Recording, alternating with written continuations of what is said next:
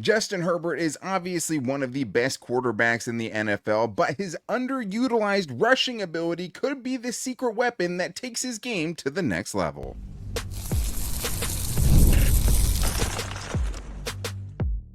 You are Locked On Chargers, your daily podcast on the Los Angeles Chargers. Part of the Locked On Podcast Network, your team every day.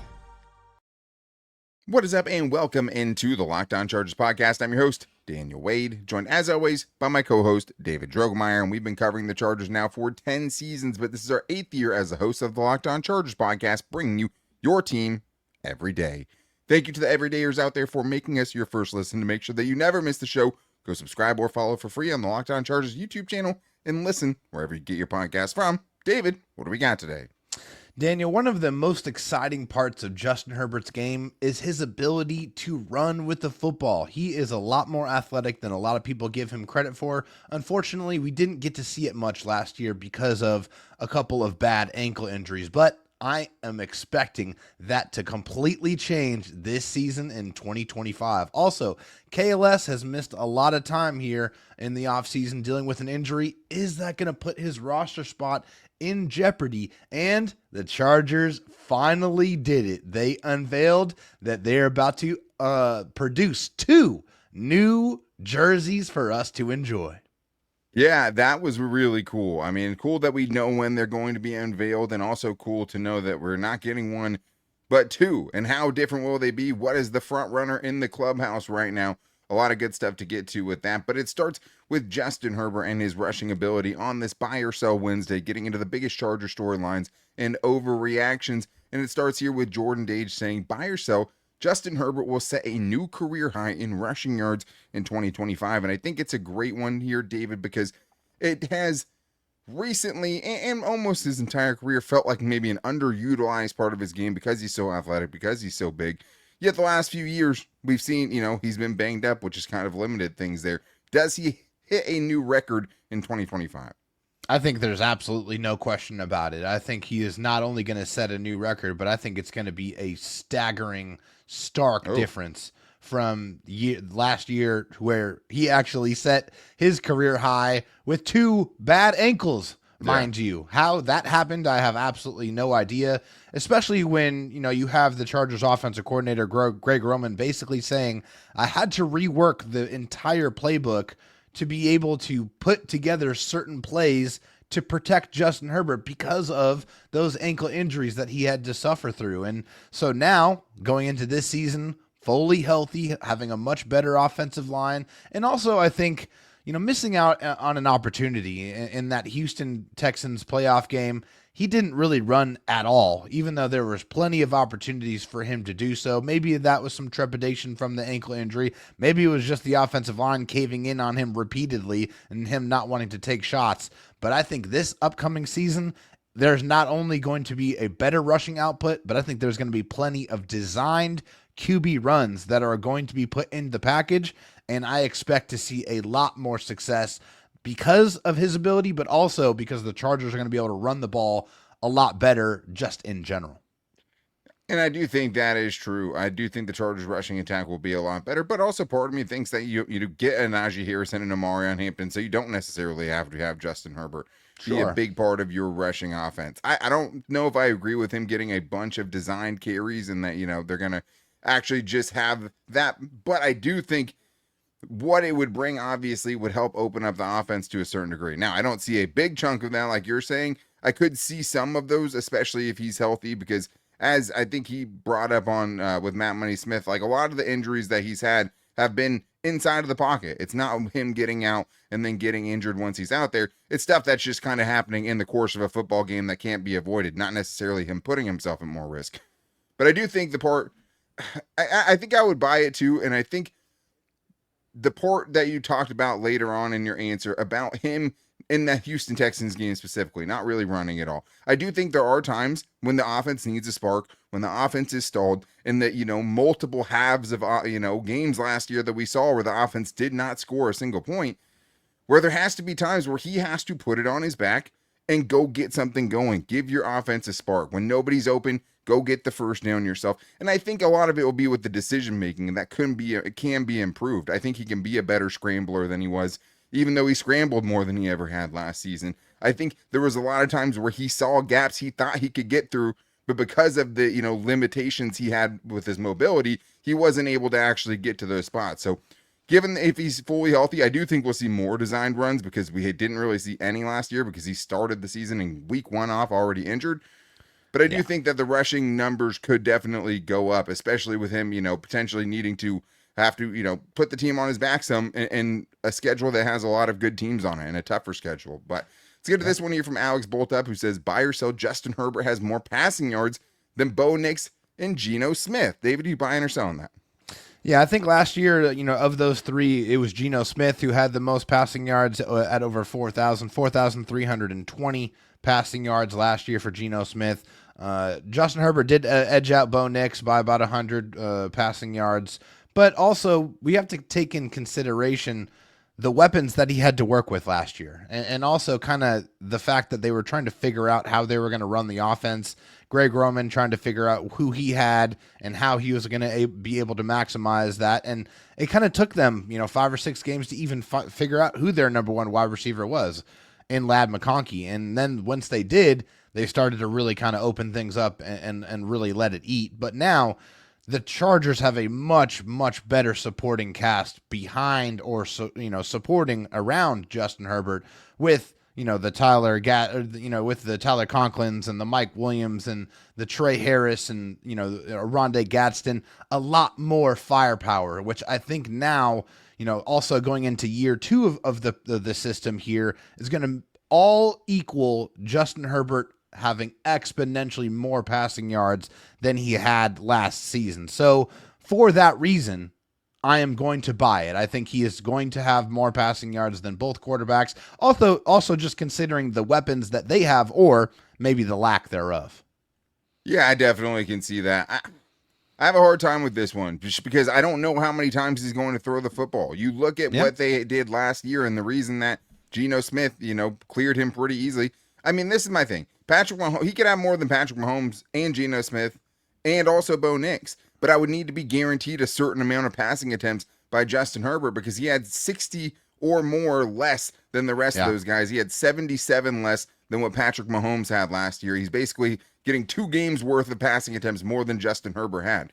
Hard for him to, win that battle if he's not getting the attempts. And we saw last year with Greg Roman that whether it's trying to protect Justin Herbert or not, earlier in the season when they were kind of dominating teams and the run game was actually looking pretty good, he didn't throw the football a lot. You look at Josh Allen, right, who did run a lot last year, also didn't throw nearly as much because they had a good running game and they just had a really good team. So that's why I would sell it, because I also think the desperation that other teams like the Raiders could be in, a lot of shootouts, a bad defense, being behind in a lot of games, and the actual flow of those games could be an important factor in this conversation as well. So I would sell it. I do think he absolutely, if you told me he was getting 550, 560 passing attempts, I would buy it in a heartbeat. I just don't know if he's going to have enough throws to be able to beat all of those guys. But let's give this one really quick from 80 Simons, who says, buy or sell, Mekhi Becton plays over 11 and a half games in 2025. This is a good one, David. You buying or selling it?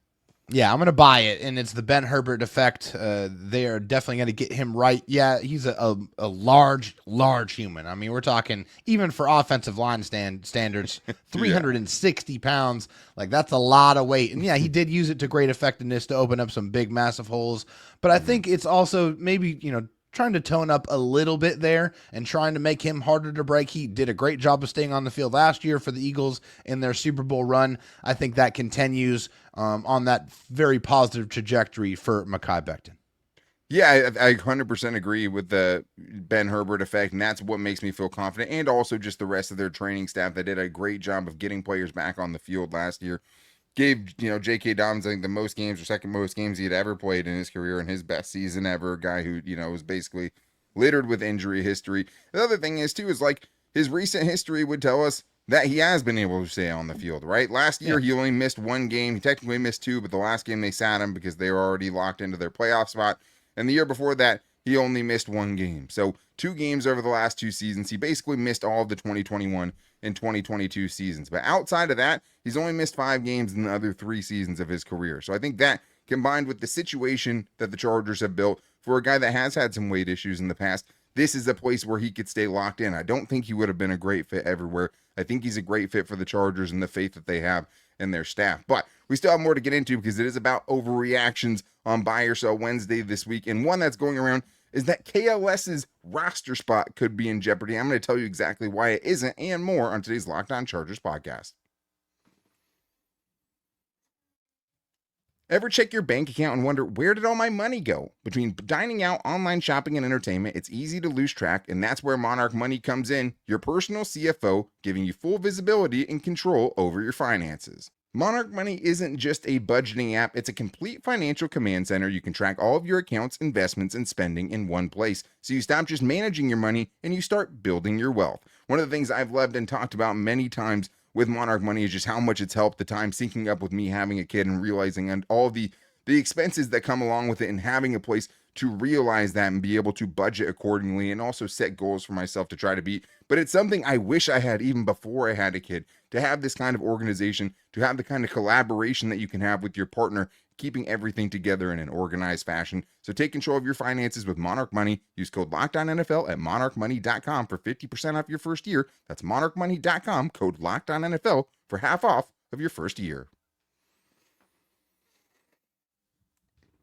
David, we still have more buy or sells to get into, including a big overreaction I saw in the buy or sell comment section on today's show, which was something I didn't think we'd see already, maybe at some point, but this one from Zane Goldman on Instagram, who says, buy or sell, Keandre Lambert-Smith will make this team. I mean, we're talking about a 5th round pick for this year, but you're also talking about potentially what has turned into one of the deepest position groups on the entire roster. And also, David, a guy that hasn't been able to stay on the field, at least early on in the offseason. Yep. And also, we know that the Chargers absolutely love Jalen Reagor. For whatever reason it is, they chose to re-sign him. He is a guy that brings a lot of speed to the table that can stretch the field.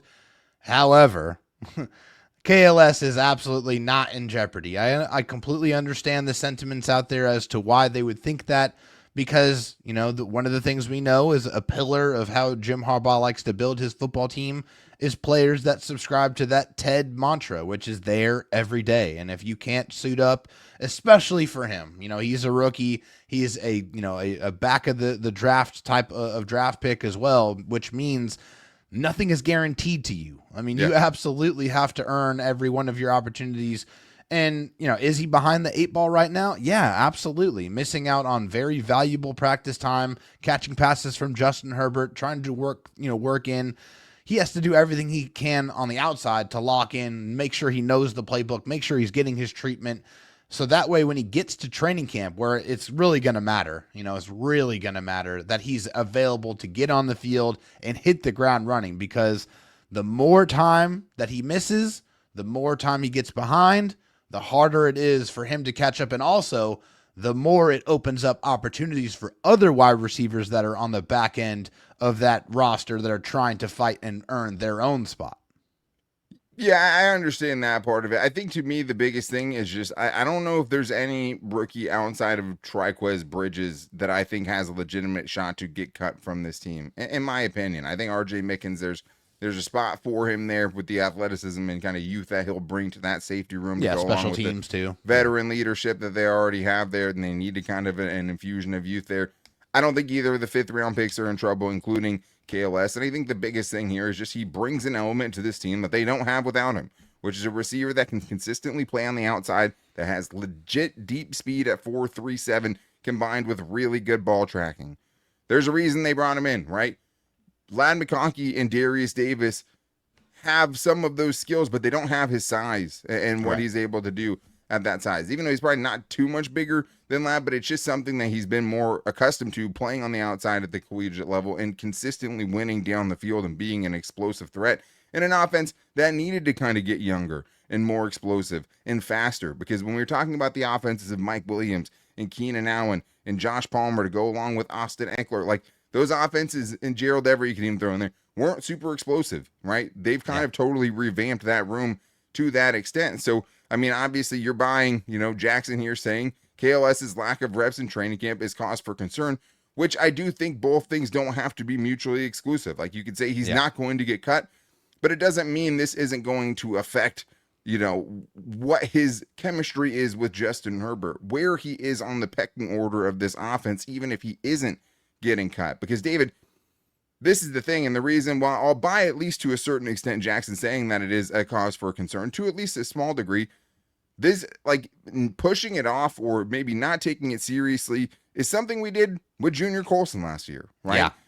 Same thing, where it's like, hey, don't worry about this. He's been in the defense before. He doesn't really need played these with reps. 2 clubs on his hands, right? But then you end up getting tripped up in training camp. And now it's not just him missing OTAs and mini camps. It's now he's missing days in training camp. So I'm not saying that's going to happen. I do think that if he's out there for the entirety of training camp in the preseason, all of this stuff won't matter nearly as much.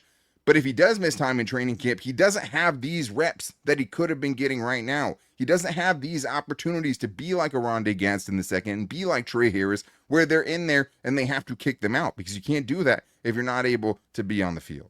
Yeah, and also, with the Chargers wide receiver coach, Sanjalel, basically saying, hey, these guys were on the banquet tour, right? They were getting wined and dined and, Traveling a bunch, traveling a lot, entertained. Obviously, if you travel a lot, it's not the easiest to be able to eat clean and be able to continue to. And you're also just stay in your training routine. different parts of your body, right? Like you're training to be fast at the 40 time or fast at the 3 cone. You're not necessarily training to be football fast or in football shape. Yeah, 100%, and that definitely plays a factor into it. And so is it cause for concern? Yeah, I'm going to buy that it's a little bit cause for concern, just because he's already been behind the 8 ball physically, and then you can't get on the field to improve the physicality part of it and also the football part of it. So yeah, you're putting yourself behind, and so that you have to play catch up. And so in training camp, you're gonna really have to hit the ground running. And according to Coach Harbaugh, he said all those guys that are kind of dealing with ailments and aches and bruises, that they should be available and ready for training camp. And hopefully for KLS, that means him as well, because those reps right there are crucially important. And fortunately for him, the Chargers have a 4th preseason game to be able to go out there and hopefully, show what he is capable of doing. Which is a great point, and something that's going to benefit a lot of the undrafted free agents and guys that are fighting for spots at the end of the roster for sure. And I just think that this is, I don't see Jalen Reagor making it over him. I think when you saw the way the Chargers reacted when they talked to him, when they drafted him, and how Sanjay Law was talking to him like, hey, you're here now, we're going to take care of you, all this stuff. And now they've spoke about him since they drafted him. He brings something that they want. And also, as much as we all love Rondé Gadsden, this is the guy they had a hard time with and took ahead of him, right? That's how much this is true. They liked this dude in the tape that he had between his time at Penn State and last year at Auburn. So I don't think his spot's in jeopardy, but the potential impact of his offense, or, what his role will be, at least on this offense, definitely could be a factor in missing even this time earlier in the offseason. But let's get to one more here before we break it. David on Twitter saying, buy or sell, Brendan Rice makes the roster. We get a bunch of these every week. We've had this conversation a couple of times, but David, right now, I think Brendan Rice is wide receiver 8. And if you're wide receiver 8, it's going to be hard to make the roster. And if you had, told me right now, hey, is he going to, I would have to sell it. Unless, David, to me, Brendan Rice is going to need some Tony Jefferson preseason performances almost at this point if he wants to have a good chance of making the opening 53 man. Yeah, it's funny. It's there's some symbiosis there, because that's exactly what I was thinking in my head is, another guy that could benefit from having a 4th, preseason game is a guy like Brendan Rice, who at this point is going to have to really ball out. He's going to have to show that, he's a man among boys and that he deserves to be among, those 6, possibly 7 wide receivers that the Chargers will carry this season. I just think that it's going to be a unbelievably difficult undertaking. The level of competition has ratcheted up to 11, and he's going to have to show, especially after a poor performance or a poor showing in his rookie year, that he's learned, that he's got better, and that he can help this football team this year. Especially because he ended so much of the season just being hurt and just not even being around the team or being able to kind of show it on the practice squad, or not in the practice squad, but at least the scout team offense and things like that, right? But yeah, right now I think Jalen Reagor's ahead of him. He's working with the first team offense, and even though I don't think that will stick, I do think it shows you kind of what they think of him right now. But to me, it's Ladd, it's Mike Williams, it's Trey Harris and Keandre Lambert-Smith, it's Quentin Johnston and Darius Davis. And then, that's the only thing I think you can feel safe about at this point. Last year, they did keep 7 wide receivers on the opening day 53-man roster, but they had to keep DJ Chark on the roster so they could put him on IR, because if they did it before that, he'd be done for the entire season. So unless a situation like that happens again, it's probably 6. And he has had some moments, right? He had a touchdown catch over Tarheeb Still, I believe, from Eric Smith reported that. So he's had some, but it's just going to need to be so much more than what we've seen so far. And he hasn't even really had those opportunities yet. So it's all in front of him. But man, it feels like he's going to have to do something special to even get considered for the actual roster outside of, potential injuries. But we still have more to get into, including the Chargers dropping a little teaser about their new upcoming jerseys. That's right, plural, 2 new jerseys. We know when they're coming out. What will they be? We're getting into all that and more in today's Locked On Chargers podcast.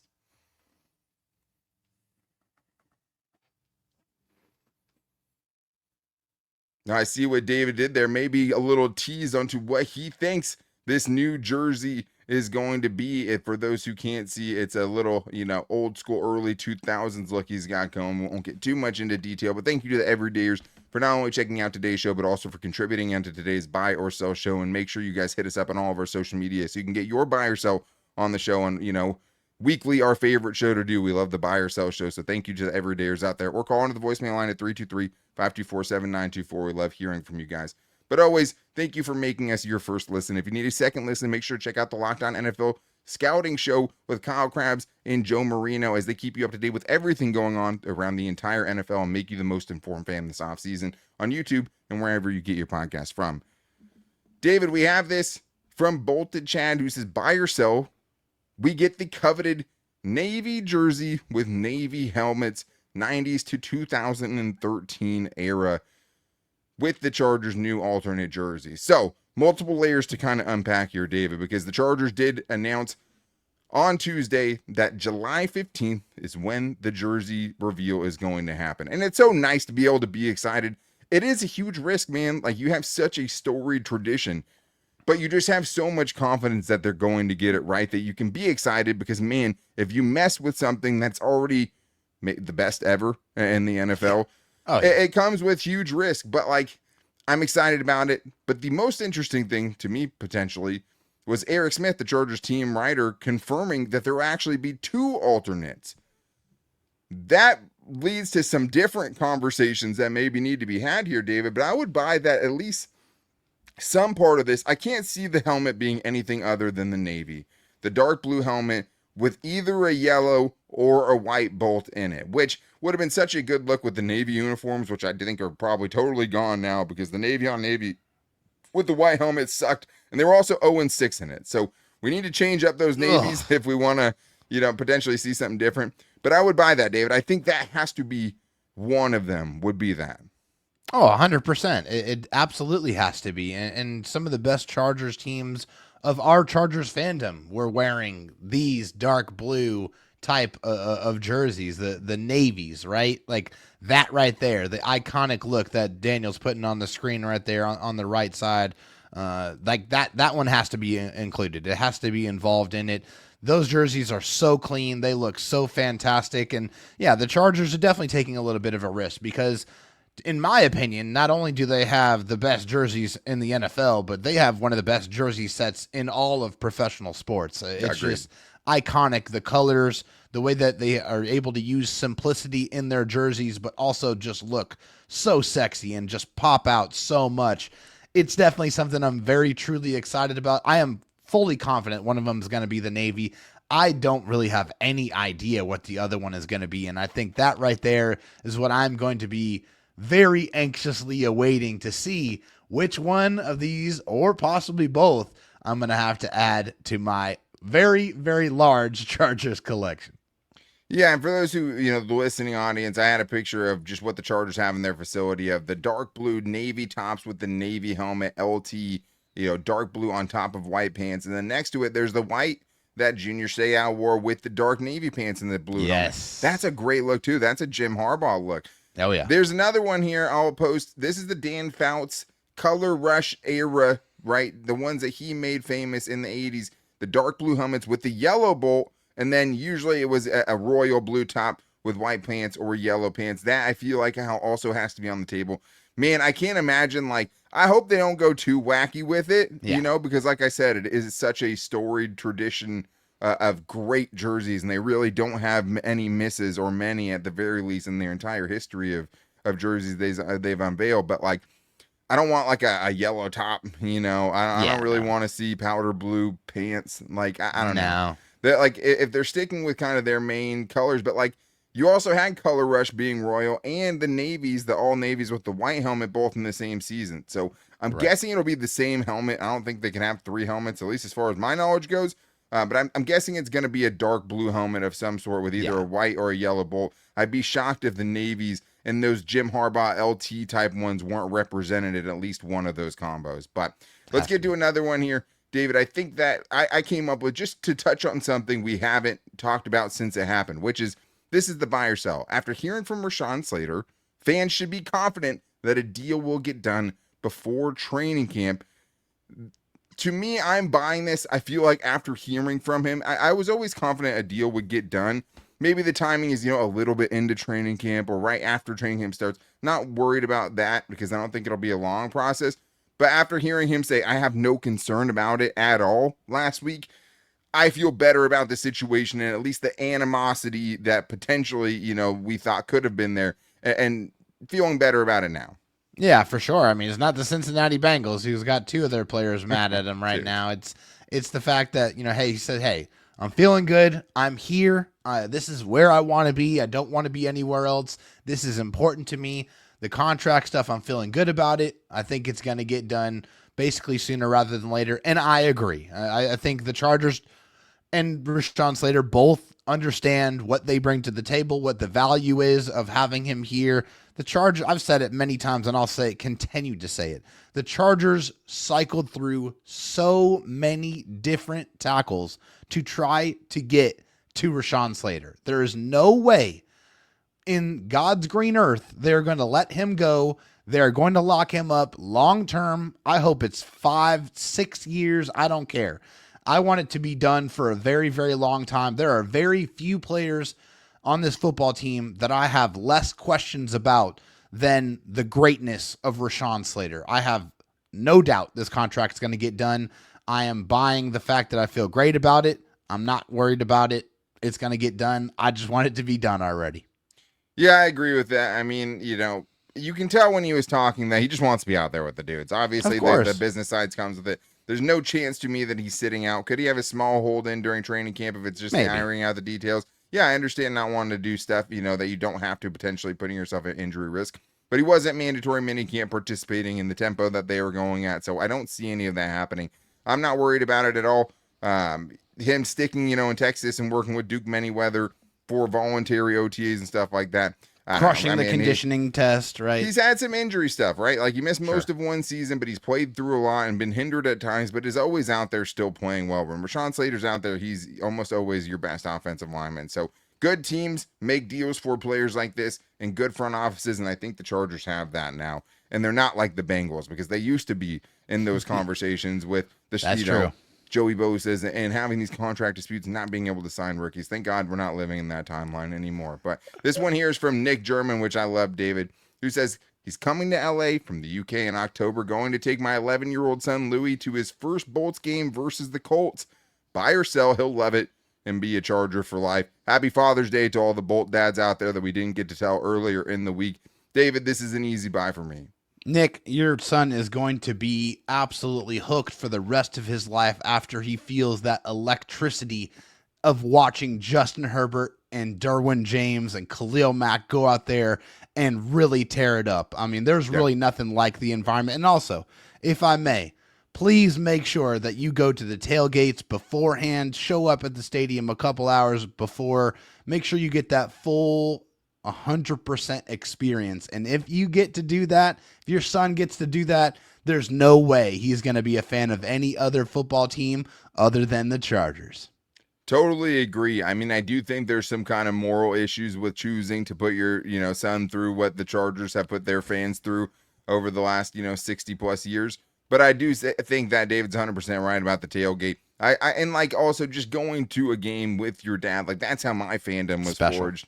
Hands down, going to Qualcomm with my dad, sitting there on, than the nosebleeds or whatever we could get tickets, but With your just being there binoculars, yeah. and watching those great teams and those great players and falling in love with the Phillip Rivers and the Antonio Gates, and the LaDainian Tomlinsons of the world. And it was just so special, and it hooked me for life. But also going to my first tailgate where it's just, I had great food just getting handed to me as a kid. Left and right, and just the sense of community where people weren't even having their hands out looking for money. They're just trying to take care of their own there. It's And the love. something that I'll never forget, and such an underrated part of the NFL fan experience and being a Chargers fan and going to Thunder Alley, and all of those, hanging out with all of those people. So No doubt. such a fun tailgate. So glad that you get to come. Sounds like a once in a lifetime type of trip, and SoFi is incredible. Should be a great experience for you. But I would say eat in the parking lot. You're going to find the best food there. That is going to wrap things up for today's show. We are on our 3-show-a-week schedule. So unless something happens big tomorrow, which if it does, we will be back with you. We will be back on Friday, either doing Fan Mail Friday, and we'll probably have some parts of that incorporated, and also potentially the winners and losers of the offseason so far, now that we've seen all the OTAs and mini camps. But to make sure you guys don't miss it, go subscribe or follow for free on the Locked On Chargers YouTube channel, and listen wherever you get your podcast from. And also shout out to all of the everydayers who put their buy or sells in today. Might even repurpose some of those on Friday because we had so many good ones today. If you guys want to get on the show, hit us up at Locked On LAC on Twitter, at Locked On Chargers on Instagram, and our Locked On Chargers Facebook page, as well as our YouTube post that we always put out too. And also call into the voicemail line and leave a 30-second Chargers question, because that is the best way to try to get on the show. But we'll be back with you guys on Friday. Until then, guys, take it easy and go Bolts.